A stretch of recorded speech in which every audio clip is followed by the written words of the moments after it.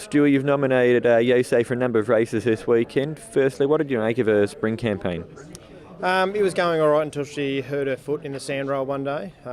In hindsight, I probably should have pulled the pin then and aborted mission, but we sort of pressed on. She still ran very good in the Emirates. She had a month between runs going on a mile race and still only got beaten four or so lengths, so she was good. But yeah, disappointing. But yeah, it was injury and force. So How'd she come back from the break? yeah, very good. She's didn't get as big this time, and yeah, her trials here and her trial yesterday at Cranbourne have been very good. You're happy with that trial? Just take us through it.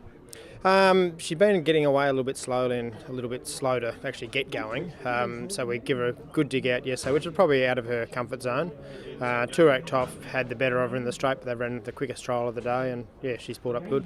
Have you got a rough idea where you'd like to head with her on Saturday, or just give it a little bit of time? Just, yeah, I want to see the weights for the mannerism, how they stack up, how many horses on the minimum there. We put a late nom in there. We were going to, our original plan was to run the Oakley Plate, but I may, and she's also in a couple of races in Sydney, so I haven't quite decided yet, but probably the Oakley Plate. Have you got a rough idea where this campaign lies for her? Yeah, probably the Coolmore and then maybe into the Doncaster. She had a successful campaign also in Brisbane, or do you think Sydney will just do her? Depending, yeah, it's still open. I'd like to be going through the Sydney campaign, and then that gives me time to give her a good break before the spring again. And no matter where she runs on Saturday, what expectations do you have of her? As long as she's hitting the line and she's sort of doing her best work through the line. It's only 1,100 metres, so it's an unsuitable distance for her. But yeah, providing she's hitting the line and getting over the top, I'll be wrapped.